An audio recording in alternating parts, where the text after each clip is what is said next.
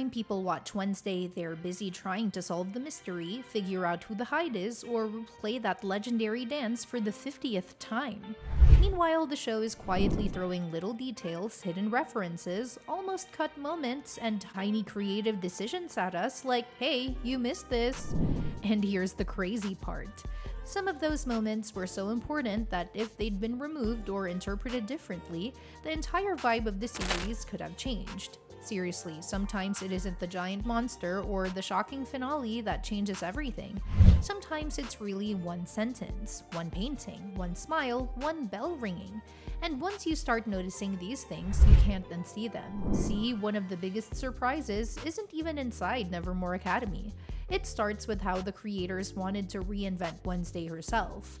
For decades, she was basically frozen in time as this unforgettable 10-year-old girl with a perfect deadpan expression and a slightly worrying love of terrifying hobbies.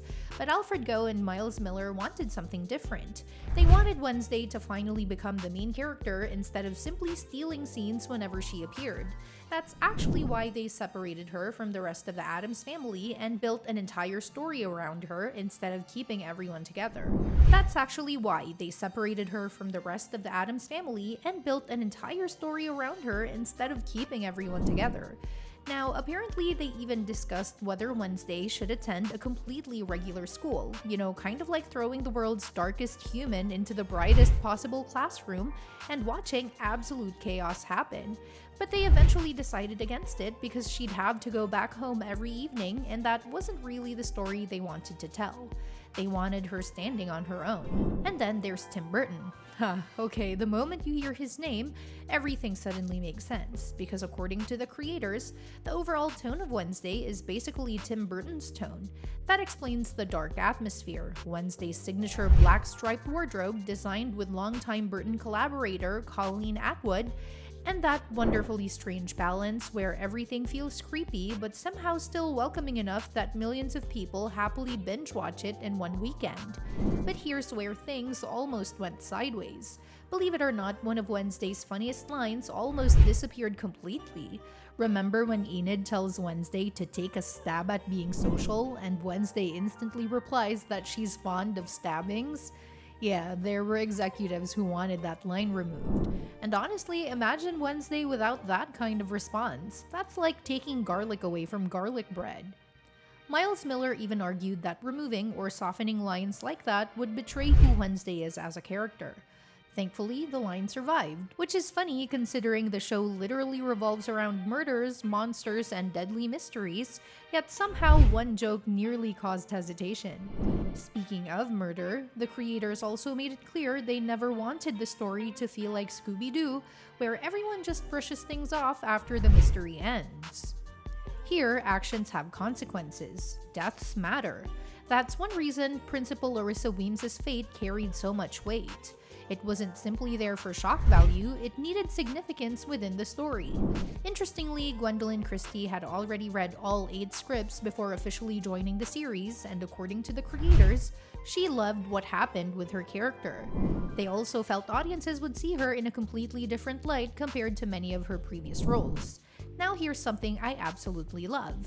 Wednesday is packed with references that reward people who pause every few seconds, like conspiracy theorists examining blurry UFO footage. Take the very beginning. When Wednesday finds Pugsley tied up with an apple stuffed into his mouth, that's actually mirroring how he was introduced in the 1991 Addams Family movie. Right away, the series is quietly telling longtime fans, don't worry, we remember. Then you start spotting Tim Burton references everywhere. If you zoom in on Principal Weems's desk, there's a tiny dried-up head sitting beneath the glass. That's a nod to the famous shrunken head from Beetlejuice. Then there's the giant stuffed bear in her office, echoing the enormous stuffed bear from the 1960s Addams Family television series. See, nobody tells you these things. They're just sitting there waiting for somebody to pause the episode every 3 seconds. Then Wednesday ends up in the infirmary after the gargoyle incident. Notice how she's lying in bed? Her arms are crossed over her chest like she's peacefully resting inside a coffin, which also happens to resemble how she slept in the original movie. Normal people sleep with pillows. Wednesday apparently sleeps like she's already attended her own funeral. Completely on brand. Then comes one of my favorite callbacks. When Tyler asks about fixing the coffee machine, Wednesday casually mentions building a steam-powered guillotine when she was 10 because she wanted to decapitate dolls more efficiently. First of all, only Wednesday could make childhood engineering projects sound like criminal evidence. Second, that line throws us right back to Addams Family values, where Wednesday and Pugsley recreate Marie Antoinette's execution. Even her comment about decapitating dolls also connects back to earlier Addams Family versions featuring dolls with missing heads. Then we get another tiny reference that most people probably heard without even realizing it. Tyler calls Wednesday kooky.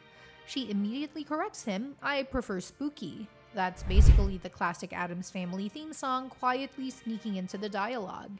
And speaking of that theme, the secret entrance to the Nightshade Society opens by snapping twice. Come on, that's such a clever nod, nobody needs to explain it. If you know, you know. Now, let's talk about the dance. Yes, that dance. The one that basically conquered the internet. Jenna Ortega actually revealed she choreographed the routine herself. She also said some movements paid homage to Lisa Loring's Wednesday from the original television series, particularly the side shuffle. She also drew inspiration from the Rich Man's Frog dance featured in Sweet Charity. So, while everybody was busy trying to copy the dance for social media, the performance was quietly carrying pieces of Wednesday's history with it. Then everything suddenly turns bright red. During the Raven, everyone gets covered in red paint. That's a clear nod to Carrie, with Wednesday herself even pointing out that it's only paint instead of real pig's blood. See how the show constantly balances horror references with Wednesday's wonderfully disturbing sense of humor? Even archery gets the Addams treatment. When Xavier asks if she's ever used a bow, Wednesday casually says she has, only on live targets. That's another callback to Addams Family values, where the family somehow turned archery practice into something significantly more alarming than ordinary families ever could. And honestly, if Wednesday says something casually, that's usually when you should be the most concerned. The Easter eggs just keep going. Inside Uriah's heap, you can spot a taxidermy rodent dressed like the corpse bride. There's also a creature resembling Freddy Krueger with a recognizable striped sweater, hat, and bladed gloves. The Hyde attacking Xavier during one of his visions even creates a similarity that could remind viewers of Freddy invading dreams. Later, Dr. Kinbot's collection includes another Beetlejuice-inspired mouse along with another Freddy-inspired creation. Seriously, somebody decorating houses with dead mice in movie costumes somehow feels completely normal in this universe. Then there's one wonderfully simple callback. Wednesday rings a bell. Tyler appears. "You rang?"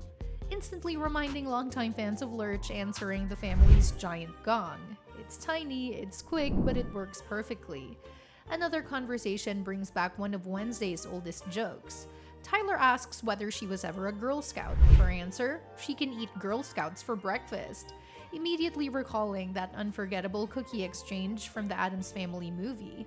And then we get something that's a little more mysterious. When Wednesday discovers an old painting featuring Crackstone, she notices someone who appears to be Goody Addams. But here's the interesting part.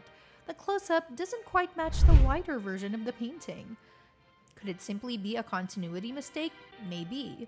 Or it could have been an intentional decision suggesting that the painting itself feels alive or that Goody's spirit is somehow reaching out to Wednesday.